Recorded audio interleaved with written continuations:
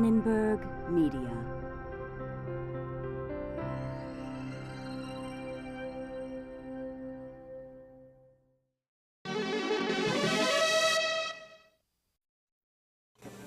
How can the study of psychology help you get a better night's sleep, improve the quality of spaceflight for astronauts, improve our judicial system, Guilty of first-degree sexual offense. Guilty and of help resolve conflicts?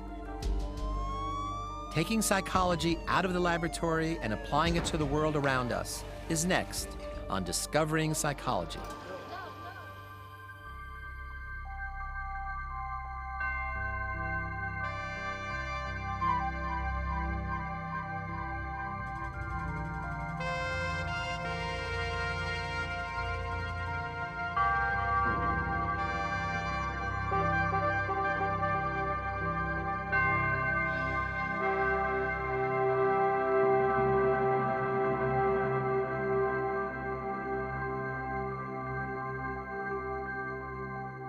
The practical applications of psychology reach far beyond the therapist's couch. Using psychology to better manage our lives and improve the human condition has long been a vital aspect of psychological science. In this program, we will take you to a number of real-world situations in which psychological research helps us to master what we do and improve how we live in a complex modern world. Psychologists apply their knowledge to many practical areas of life. Among them, education, human factors, law, promotion of peace, and health. One important aspect of health psychology is sleep, where we spend a third of our life. Some of the early research in sleep and dreaming began in the 1950s with the work of psychologist Rosalind Cartwright. A pioneer in her field, Dr. Cartwright explores sleep disorders and how dreams act as regulators for our emotions. Her research continues to open the door for others to study the psychology of sleep, like Professor James Maas, who spends many waking hours educating the public about sleep deprivation. Being tired during the day is an abnormal state, not a normal state. 56% of shift workers fall asleep on the job at least once a week. These are people flying us to Europe. The first 747 commercial captain I asked, "Do you ever get drowsy in the cockpit?" He said, "It is not unusual for me to fall asleep in the cockpit and wake up 20 minutes later, only to find the other two crew members totally asleep." Adults need a solid 8 hours of sleep a night. High school and college students need more than 9 hours, but typically get 6 or less. One of my favorite things to talk about in Psych 101 is what happens when you pull an all-nighter. Well, if you take a normally rested student and give that student what we call a functional MRI, magnetic resonance imagery, while they're doing, let's say, a math problem, the parietal lobe, which is the home or the repository of all of our math skills, is firing away like mad in the cerebral cortex, and the student is getting the problem right. Have that student pull an all-nighter and work on the same problem, and you will be lucky to find any activity going on in the brain whatsoever.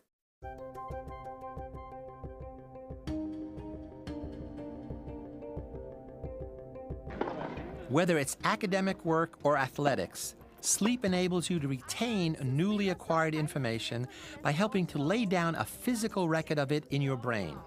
All right. Sleep helps control heart functions, regulates hormonal activity, and is critical for the formation of long-term memory. Because it is primarily during the first 2 hours and the last 2 hours of at least an 8-hour night that all of this memory formation goes from short-term to long-term.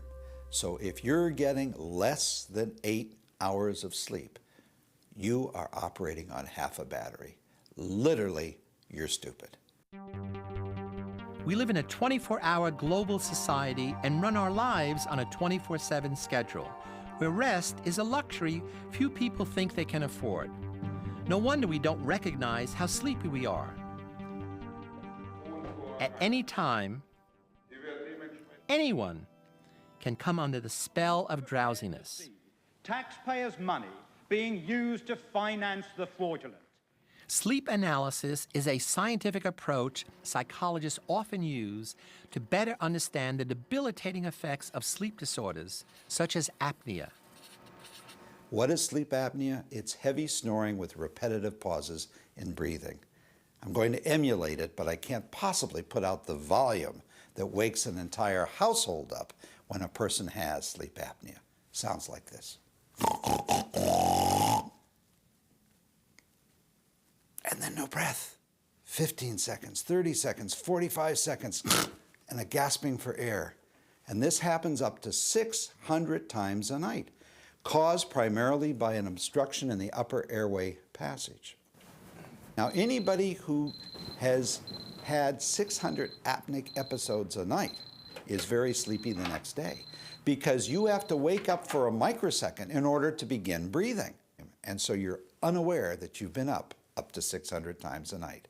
But during the next day, you are tired all day long. Apnea frequently leads to problems such as memory loss, impotence, high blood pressure, and most importantly, chronic sleep deprivation. Whether from a sleep disorder or a hectic lifestyle, lack of sleep is a serious health hazard. Psychologists continue to study the negative effects of sleep deprivation and use their research to help change public awareness about the critical importance of getting a good night's rest.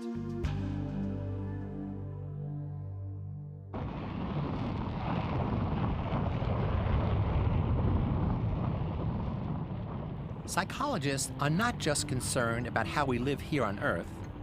One of the greatest human achievements of our time has been the exploration of outer space. While physics, engineering, and computer science have contributed to sending men and women safely into space, increasingly, psychology is entering the picture. After all, it is humans, in all their psychological complexity, who are living in this brave new world. Think for a moment what it would be like to exist in a weightless environment. Up is down, down is up. There is no frame of reference, yet you are repeatedly required to perform demanding, often highly stressful tasks. It's one small step for man, one giant leap for mankind. Psychologically and physiologically, you are challenged by this unique environment. Houston, how did it go? Over. Time to open up the LRL. Psychologist Cohen of NASA studies the effects of microgravity environments on human interaction, which is part of human factors research in psychology. In the absence of gravity, blood flows in a different way than it does on Earth, and the shift of blood to the upper part of the body gives a facial edema or puffiness to the face. This can mask your ability to understand if a person is smiling or frowning or what the expression on his face really means, because the face is always puffy. Another problem in space is that you and I are seeing one another and communicating with your forehead up and your chin down. In space, gravity no longer anchors us, and so we can confront one another in multiple orientations. This makes it much more difficult for you to read the facial expression that I have, or to read my lips. Now, lip reading can be important in space because space stations can be noisy places. Okay, I copy flight. And when the noise gets higher, people tend to read lips to make sure that the communication is effective. So taking those 3 points, the facial edema, the noisy background, and the multiple orientations of the face, communications between astronauts in space could become a problem. As the duration of space travel increases and the crews become more diverse in every way, greater attention is being focused on the human dimension of spaceflight. Imagine you're one of a dozen or so people selected to spend 3 to 6 months on a permanent space station. you'll be living with the rest of the crew in a cramped, noisy module. No privacy or easy ways to escape the daily tensions. Over time, stress-related medical problems, including anxiety, depression, and hostility, become threats to your optimal performance. The manual flying up onto the V-bar and into the... For the first time in history, NASA funded a program to look at the psychosocial dynamics of space missions. What better place to do this than on Space Station Mir? Mir was a 15-year Russian-based project from 1986 to 2001 that was designed to study astrophysics and conduct biological research with international crews. Psychiatrist Nick Canis at the University of California in San Francisco was granted unprecedented access to study gender, cultural differences, and crew relations aboard Space Station Mir. We studied a total of 13 astronauts and cosmonauts who had flown in space and 58 people on the ground, both Americans and Russians, who were based at the Russian Mission Control. And we're interested in looking at tension, cohesion, and leadership in space, and tension, cohesion, and leadership on the ground, and the relationship between crew members and people on the ground. There's a phenomenon called displacement where you don't get along with your boss and you can't express your feelings to your boss, so you go home and you yell at your wife or you take it out on somebody else who's innocent. Well, that kind of phenomenon occurs in space. Another 4 or 5 minutes, and I think we'll be able to protect the payload. I want you to protect the payload. Yes, sir. Okay. Sometimes when crew members are mad at people on the ground, it may reflect something about the crew more than the interaction itself. I think studies like mine are beginning to open the door. The psychology of these people are really important. They're not just machines doing jobs. Not only can you avoid problems and lead to more productivity, but I think one can even enhance the psychological well-being and make these experiences humanistically better for the subjects and the crew members that are launched into space.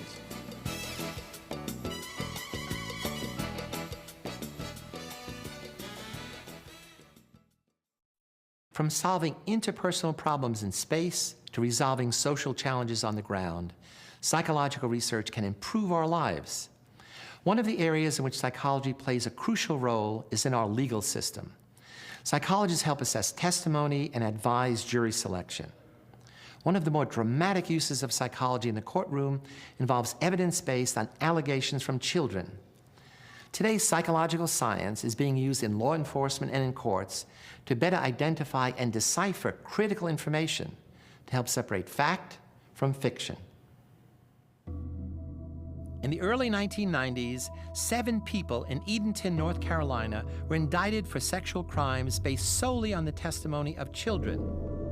We, the jury, unanimously find the defendant guilty of first-degree sexual offense. One of them was Little Rascals daycare owner Bob Kelly, who was convicted on 99 counts of child sexual abuse. After having served several years in jail, the charges were overturned upon appeal. Psychologist Stephen Ceci of Cornell University investigates the credibility of child witness testimony, how it was obtained, and how it stands up in court. If you look at the mass allegation daycare cases, especially the ones in the 80s and early 90s, like the Edenton Little Rascals case in North Carolina, they all have something in common. There's an initial disclosure made by one child. It might be to a pediatrician, it might be to a parent, it might be to a teacher. But the child says something that's interpreted suspiciously, that someone or group of persons did something to them. And then what you find in these cases is a barrage of bad interviewing tactics. By that I mean things like repeated suggestions over long periods of time, encouraging the child to fantasize or engage in pretense play. Bridget, who killed the babies? Sometimes Miss Betsy or Mr. Bob. Now, you told Miss Judy it happened in outer space. Didn't you, Bridget? It was a spaceship. They're interested in getting the goods. They're not interested in testing alternative explanations of their suspicion. They're interested in confirming their pet explanation. There are over 3 million children interviewed every year by law enforcement, child protection, and mental health services. So it's imperative to use forensic interviewing methods that get the facts of an event in the child's own words, without repeated, leading, or suggestive questions. A therapeutic interview engages the child in activities that a forensic interviewer would never use. Jamie, can you tell me, did you like that school? A therapist that's interviewing a child may feel that the child is not disclosing because there's some emotional blockage, maybe due to fear. And they'll say things to a child like, don't be afraid to tell. You'll feel better once you tell. Now, therapeutically speaking, that's not a bad thing to do. Forensically speaking, it's a very bad thing to do. Scientific research shows that when you give those kinds of instructions, you increase the rate of false responding by the child. They have a hard time distinguishing things that they really remember from things that they imagined. I wasn't there that day, and I want to know what happened when he came to visit. He was doing it so fast that he went. Contrary to thinking of children as being naively unbiased in recalling an event, Ceci has conducted research which reveals what can happen when a child is repeatedly, suggestively interviewed. Really? How did he? So where? I'm going to show you a little boy. He's 4 years old. The first time he's asked the question, did you ever get your finger caught in a mousetrap and have to go to the hospital? He correctly says no. Never been to a hospital. We don't have a mousetrap at our house. And then the interviewers ask him to pretend that he got his finger caught in a mousetrap, to imagine what it would feel like, and so on. And the interviewer asked him to do that week in, week out, for 8, 10, 12, 14 straight weeks. Yeah, and then what happened? And then I went downstairs and said, Daddy, I want to eat lunch, and then it got stuck in the mousetrap. Oh, down in the basement? Was your daddy down in the basement? Yeah. Yeah, what was he doing? He was collecting firewood. Oh. And you'll So notice how did your finger get near that? how believable he is, because he's not lying. He's come to internalize the fantasy play, the imaginations, and the suggestions. I bought it yesterday. The mouse was there yesterday. I caught my finger there yesterday. Yesterday, and so when did you go to the hospital? Yesterday. And did you take the bandage off your finger? I see it's not there now. When a child's lying, when they're trying to deliberately mislead their listener, there's always inconsistencies from session to session and even within sessions. Yesterday took the bandage off too. In other words, none of the telltale signs of lying are on these kids' faces, and that's why experts, when they look at them, whether they're psychiatrists, psychologists, law enforcement, judges, are misled by them. They say, well, yeah, that had to have happened. You can't get a kid to make up something like that or to lie that convincingly. And we say, you're right. We don't think they're lying. We think they've come to believe it themselves because we have repeatedly, suggestively interviewed them over fairly long periods of time. That's what a kid can look like. The research of psychologists such as Dr. Ceci is designed to optimize the accuracy of what children say and ultimately to improve how justice is served. I'll often get calls from judges' organizations asking me to come and do a full-day workshop for them. And oftentimes, those workshops develop into sets of uniform guidelines for interviewing kids in their jurisdictions. Susie, tell me in your own words, what happened that day? And again, I find that really heartening as someone who wants to have their research valid beyond the laboratory. From courtrooms to classrooms, a major interest of many applied psychologists is discovering ways to prevent or modify conflicts.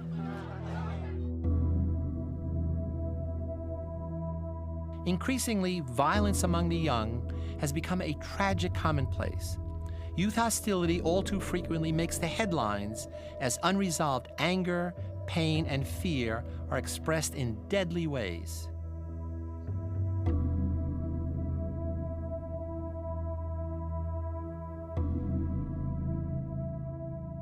How would you empathize? Jared Curran of MIT's Sloan School of Management has developed a program for young negotiators.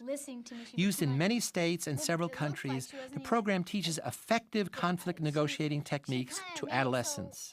I wasn't there. She kind of just ignored me. Oftentimes in the program, we teach negotiation by showing what might happen if you're not using effective negotiation skills, and then what might happen if you start to use effective negotiation skills. What, Erica? What? I really like Bob. Really? Professor Curran teaches problem-solving techniques by having young students role-play a scene using alternative strategies. Say so. A take one, which shows you, without using effective negotiation, what happens when there's an angry person. I can't believe you told Bob my secret when I told you not to. Sorry. No, you're not sorry, Erica, because it's just, I trusted you and Oh, no, Erica, that's wrong that you told, okay? You don't want me to say sorry? So I did that, and you need to leave now because I'm... But right now is when I want to talk about it. It's my problem that you told. It's not my problem. In this case, Lindsay approaches Erica with anger and hostility. Well, I can't erase it. Erica reacts defensively without trying to understand Lindsay's perspective. You're not a friend to me anymore. Well, that's true. Well, I have other friends. Good. See ya. Then take two, where there's an angry person and they're actually dealing with the angry person in a productive, constructive way, and ultimately can resolve the conflict that's there. Erica, I can't believe you told Bob, Erica. I told you not to tell Bob the secret I told you, remember? Sorry. I can't believe you told, Erica. Can I just tell you? No, Erica, I can't believe you told, because that blows it. That just blew our friendship over a secret, Erica. Okay, I understand how you feel, and I'm really, really sorry. Can I just tell you what happened? I guess. Go. What happened was, I was just eating lunch, and then Bob just came up to me, and he started blabbing about how much you were so pretty and stuff.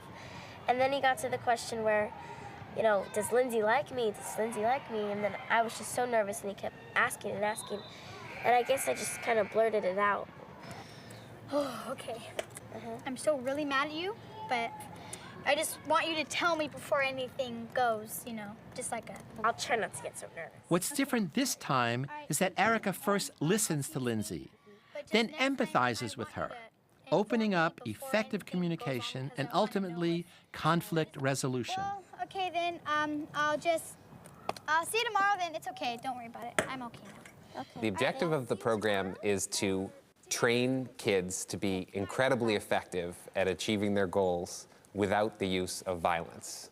We teach some of the most powerful skills that we know. These are the same skills that are taught in business schools, in schools of government, in schools of education or law. And we take those same skills and teach them to middle school students. And those are skills for achieving your goals that don't involve violence. There are various levels of negotiation for the complexities of conflict at home and around the world. People often assume that negotiation is about getting what you want, that people go into a negotiation with a fixed set of preferences, goals, or objectives, and that the negotiation process is just about achieving those specific, stable, unchanging objectives. Results from the research that I've been doing suggest that negotiation is about changing what we want. Negotiation is about going into a situation and deciding what would make us happy, what would make us feel satisfied. And throughout the process of the negotiation, we learn what we want. Violence and conflict prevent us from living our lives fully as individuals and as communities. Discovering methods that can diffuse tension and promote peace among nations is the goal of increasing numbers of psychologists who embrace the psychology of peace. Of all of psychology's applications, it could be the most important. These are but a few examples that illustrate applied psychology in action. Psychological research continues to improve and enhance individual and societal well-being by better integrating political, economic, legal, health, and educational realms of existence in our daily lives. In our next program, we move from these broad areas of psychology to investigate the individual psyche in action. We will explore what happens in the brain when a person perceives, remembers, learns, imagines, forms prejudice, and where in the brain those actions are taking place. The complex world of cognitive neuroscience is next on Discovering Psychology. I'm Philip Zimbardo.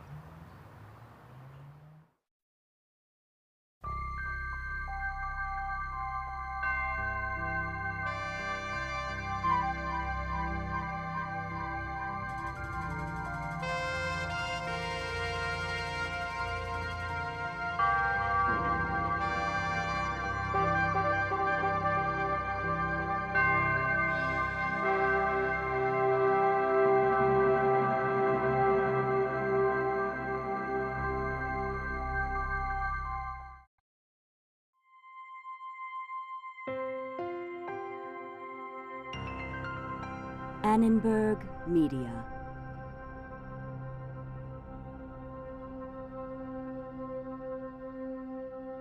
For information about this and other Annenberg Media programs, call 1-800-LEARNER and visit us at www.learner.org.